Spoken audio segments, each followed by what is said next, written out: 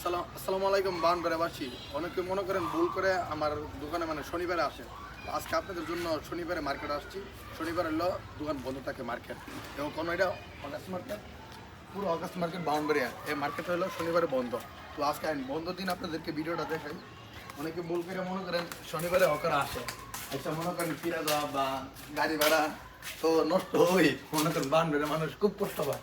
আমার এক বন্ধু ভাই বুকের দোকানটা খোলা নেই, আজকে দেখেন পুরোটা মার্কেট একেবারে বন্ধ। দেখেন সাইডের দিকটা সব বন্ধ, বুঝেন তানিশা বুক হাউস, ঠিক আছে, এটাও অফ আজকে। তো আসেন আজকে আমার দোকান আমি দেখাই, সব দোকানপাট দেখেন বন্ধ মার্কেটের মধ্যে।